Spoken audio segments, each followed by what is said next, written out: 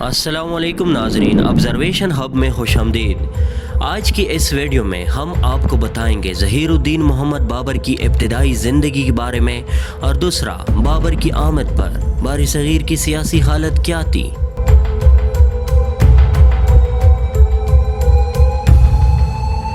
شہنشاہ ظہیر الدین محمد بابر نے سلطان ابراہیم لودھی کو پانی پت کے میدان میں شکست دے کر 21 اپریل 1526 عیسوی کو دہلی پر قبضہ کر لیا، یعنی شمالی ہند میں مغلیہ سلطنت کی بنیاد رکھی۔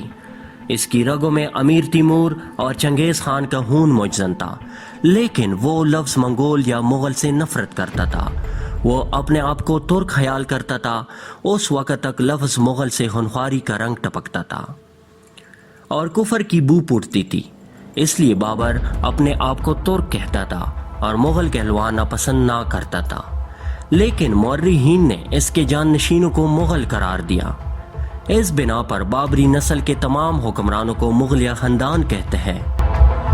بابر کے خانوادہ کے لیے لفظ مغل مناسب نہیں، لیکن یہ لفظ کثرت سے استعمال ہوا ہے اور اتنا مشہور ہو گیا ہے کہ بابر اور اس کے خاندان کو مغلیہ حکمران ہی کہا جاتا رہا۔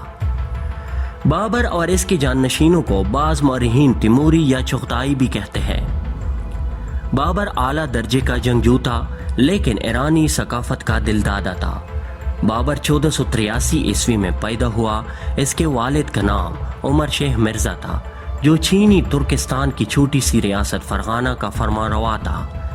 بابر کے دادا ابو سعید مرزا کے زمانے میں سلطنت کافی وسیع تھی، لیکن اس کی وفات کے بعد سلطنت اس کے 9 بیٹوں نے باہم بانٹ لی۔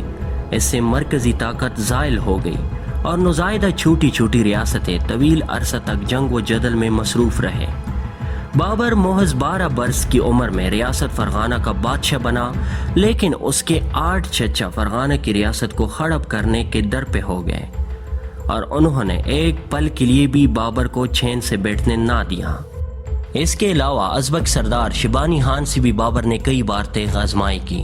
1497 عیسوی میں بابر نے سمرقند فتح کر لیا، جو اس کے جد امجد امیر تیمور کا پایہ تخت تھا، لیکن محض 100 دن کی حکمران کے بعد یہ شہر اس کے ہاتھ سے نکل گیا، بلکہ فرغانہ کی ریاست بھی بابر سے چھین لی گئی۔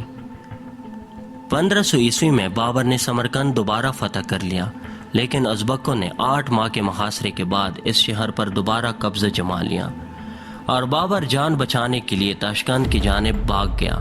کافی عرصہ تک بابر در بدر ٹوکرے کھاتا رہا، لیکن اس نے ہمت نہ ہاری۔ اس زمانے میں ازبک سردار شیبانی خان کی قسمت چمک اٹھی تھی اور اس نے مغلیہ شہزادگان کو ہر جگہ شکست دی تھی۔ بابر کی ہمشیرہ بھی ازبکوں کے پاس اسیر تھی۔ آخر کار 1504 عیسوی میں ترک اور تتاری سپاہی بابر کے جھنڈے تلے جمع ہو گئے اور بابر نے کوہ ہندوکش کی دشوار گزار گھاٹیوں سے گزر کر کابل پر قبضہ کر لیا۔ افغانستان کا بادشاہ بن کر بابر نے اپنی آبائی ریاست فرغانہ کی تسخیر کا خیال ترک کر کے بار صغیر پاک و ہند کی جانب توجہ مبذول کی اور ہندوستان پر 11 بار فوج کشی کی۔ یہ حملے معمولی نوعیت کے تھے، گویا بابر ہندوستان پر قبضہ کرنے کے لیے راہ ہموار کر رہا تھا۔ 1510 عیسوی میں بابر نے ایران کے صفوی حکمران شاہ اسماعیل سے مل کر شیبانی خان ازبک کو شکست دی۔ ازبک سردار میدان جنگ میں کام آیا۔ بابر نے ایرانی فوج کی مدد سے بخارا اور سمرقند فتح کر لیا۔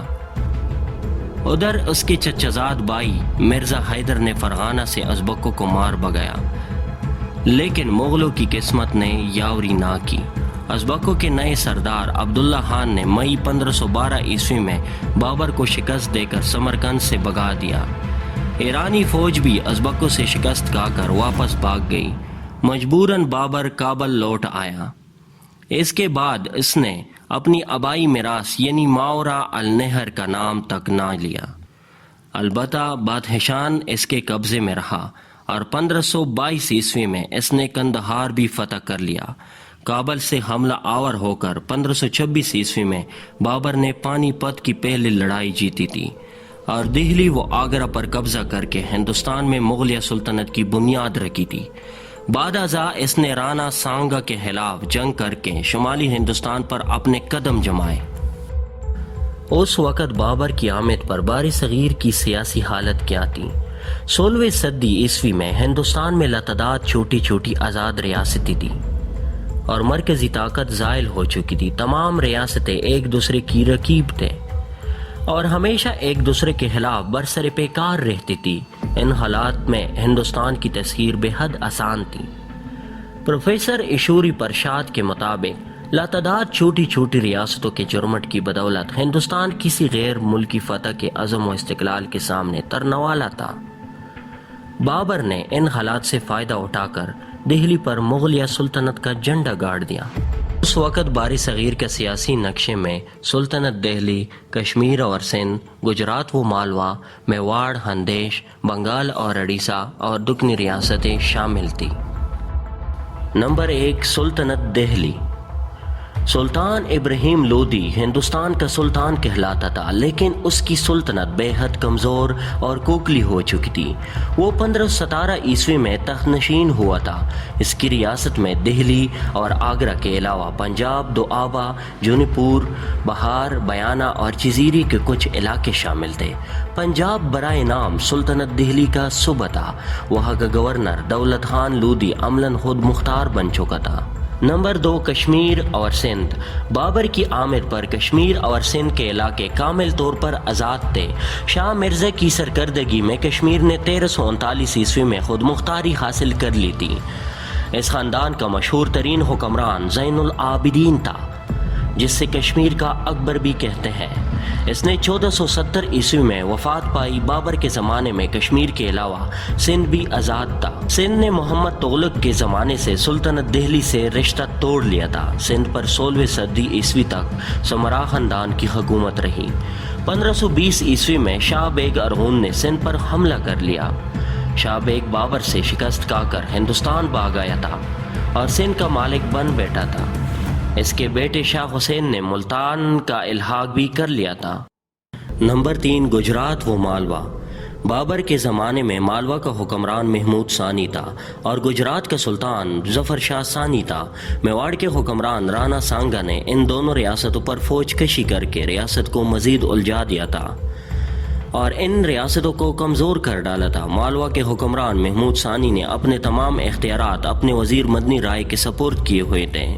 جب 1531 عیسوی میں گجرات کے والی سلطان نے مالوا پر قبضہ کر لیا، میواڑ کے حکمران رانا سانگا نے گجرات کے والی سلطان ظفر شاہ کے خلاف بھی جنگ کی تھی۔ ظفر شاہ نے جولائی 1526 عیسوی میں وفات پائی اور اس کے بعد اس کا بیٹا بہادر شاہ تخت نشین ہوا۔ ہمایوں اسی بہادر شاہ کے خلاف برسر پیکار رہا۔ نمبر 4، میواڑ۔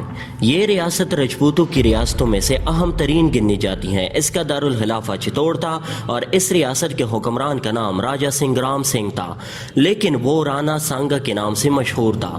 مشہور مورخ ٹوڈ صاحب کا خیال ہے کہ میواڑ کی ریاست وسط ہند کی اہم ترین ریاست تھی اور وہ رانا سانگا نے 104 رجپوت سرداروں، 7 راجوں اور 9 ریان کو اپنا متی بنایا ہوا تھا۔ رانا سانگا نے بابر سے جنگ کنوا میں شکست کھائی۔ اگر اس جنگ میں بابر کو شکست ہو جاتی تو ہندوستان میں مغلیہ سلطنت کی بجائے ہندو راج قائم ہو جاتا۔ نمبر 5، خاندیش۔ دریائے تاپتی کے زرخیز وادی کی ریاست خاندیش خود مختار بن چکی تھی۔ اس کا پہلا حکمران ملک راجہ فاروقی تھا۔